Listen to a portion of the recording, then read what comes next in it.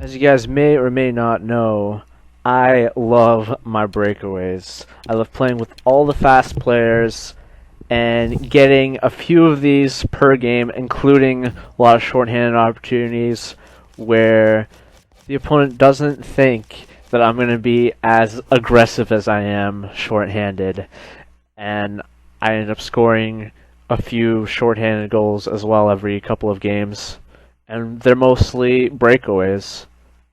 So the first thing that goes into this whole idea of trying to get a lot of breakaways is having a very fast team. I think that skating beats shooting, at least as a stat. So that's why I'm going to start off with draft champions here, and you'll notice that when I'm drafting my players, I'm normally choosing the fastest players that I can. And I don't put too much effort into the defensemen. As much as I feel that having faster defensemen will help me prevent breakaways, I have strategies set up so that my defensemen don't pinch as much, and so they won't give up as many breakaways. So that's why defensemen aren't as big of a deal. Another thing is having a lot of small players allows that speed to kind of be magnified a bit. You'll notice that if you have a big guy that has a high skating stat, he's not going to be as fast as you think he might be. If you grab like one of the fastest players in the game and make him tall and big, he's not gonna retain that speed. He's not gonna be like a train. Well, he can still be a train coming through on the hits, but it will be a lot harder for him to get things like breakaways, because the size of the player does affect how fast he skates. But of course this does open you up to getting hit and bounced off the puck a lot easier by even just like average sized dudes. So you do have to watch out for that. So I think you guys have the right idea here, based on like my drafting here. We're just going to skip a little bit ahead into the game so we can get more content on these breakaways. Also, make sure that if you guys haven't watched the first video that I released for NHL 17 on how to always score on a breakaway, make sure you do that, because if you're just shooting anywhere, it doesn't really matter how many breakaways you get, you're not going to score as much. So the next thing I want to talk about is strategies. That's another video that I released. And when I was talking about my strategies, I mentioned how aggressive my players are on the forecheck.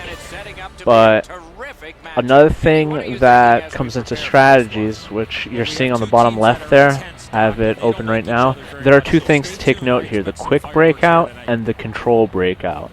You want to switch those before every game and have it so that it's either at stay wide or leave zone early. I prefer leave zone early, just receive a breakout pass, which pretty much creates many of my breakaways. The other one was control breakout, and control breakouts when you're behind the net with the puck for an extended period of time.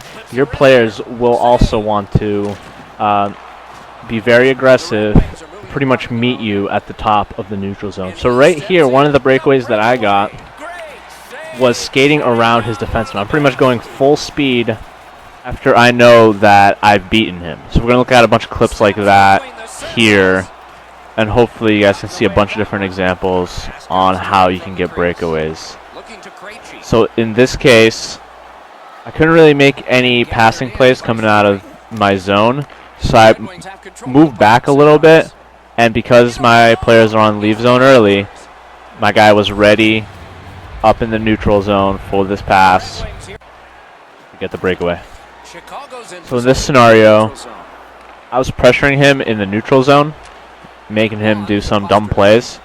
And so I did a little move here to his three forwards. I noticed his defenseman was way out of position, so all that meant was I had to go full speed on the left side. It was another easy breakaway. And then he quits. Bye-bye.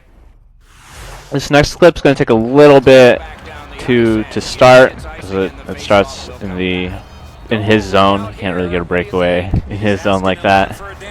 So He's going to have possession of this puck. He's going to go into my zone, and watch how I end up breaking out to give myself a breakaway.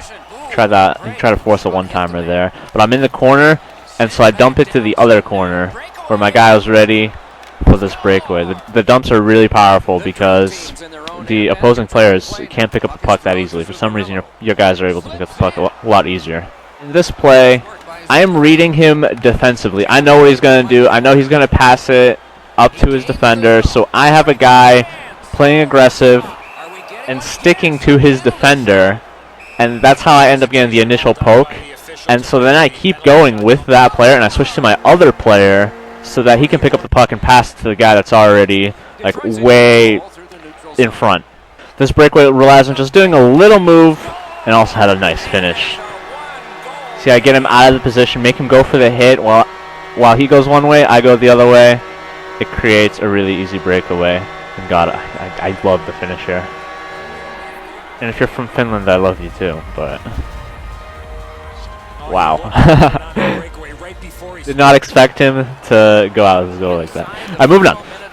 Another case where I dump the puck into the corner, and it doesn't work out too well for me here. Trying to go for that play, but that's okay. So instead I just get around his other player, and it would have been a breakaway, but instead he ends up giving me a penalty shot, which is something very similar. Of course, it was another nice finish because the goalie decided to move out of the way at the last second. So this time I want to clarify what leave zone early really means. The idea there is if your AIs think that you're going to get control of the puck, that's when they're going to skate into the neutral zone to try to get you to give them a breakout pass. So now here's another example where I dump the puck, and in this case I'm being aggressive on his defenseman who was waiting to pick up the puck there. You can poke him, you can stick lift him, or you can just run into him, and you know he doesn't really know what to do once he picks up the puck, so you're able to just steal the puck away from him, and you're good. This one's going to be off the face-off. It's going to be another case where I just do a little move right there between the legs, and he gives me all the space in the world. A lot of this is just the opposing team, opposing players, they are going for those hits where it's kind of like a 50-50 chance where they're going to hit me, and the other case being I'm going to get the breakaway. So that's why I do not recommend going for hits unless you know that you're going to get the hit. So here he makes a nice play to get a breakaway, which unfortunately doesn't convert, but it's still nice. But I follow it up with my own breakaway, clearing it from my zone. Even though it's kind of like a weak clear, my player, again, was still able to pick up the puck. He normally does. Detroit versus Detroit. Start off with a wrist shot goal, but that's not really why we're here. We're going for the breakaways. So that obviously means there's a breakaway coming up right here, right? Of course there is. Go for the tie-up, do a little move, he moves out of the way, and I tuck it in right there. Obviously means my Detroit's better. That was me sticking my tongue out. You guys probably didn't know. It's just, keep going. Alright, here I'm reading his plays with the defenseman. I keep trying to block his passes and everything, and even right here I knew he was going to pass it across because his other defenseman had no idea what to do because he couldn't make a play from right there. So I go right after his other defenseman, poke it, and it leads to a breakaway to a drag goal. In this short clip I want to show you a case where I cherry pick a little bit. I know that my player is going to win that puck there, so I'm already moving up with another one of my players to go for this breakaway. I wouldn't do it too often, and in this case it didn't quite work as well, but it's another thing that you can do. This one here I recorded, but I didn't get enough of it. So thankfully my opponent also recorded it because it was that nice. And here I'm going to be playing with Patty Kane, getting the puck from him. I do a couple of sweet moves and get right through him, just like that. The last clip I want to show you guys, which might be featured in its own little video, is this in and out push that I like to do. If you lose the puck or if you get pressured back into the neutral zone from the offensive zone, you'll notice that when you go full speed back into his zone, these defensemen tend to skate too far downward, and it leads to a breakaway and a penalty shot like this. Thanks for watching, guys. I'll see you later.